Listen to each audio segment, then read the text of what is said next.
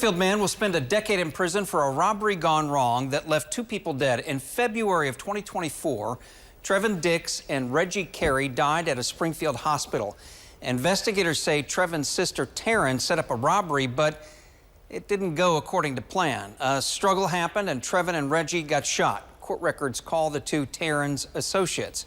Taryn Dix and Isaiah Crabb had both been charged with murder and attempted robbery. Earlier today, Crabb pleaded guilty to attempted robbery.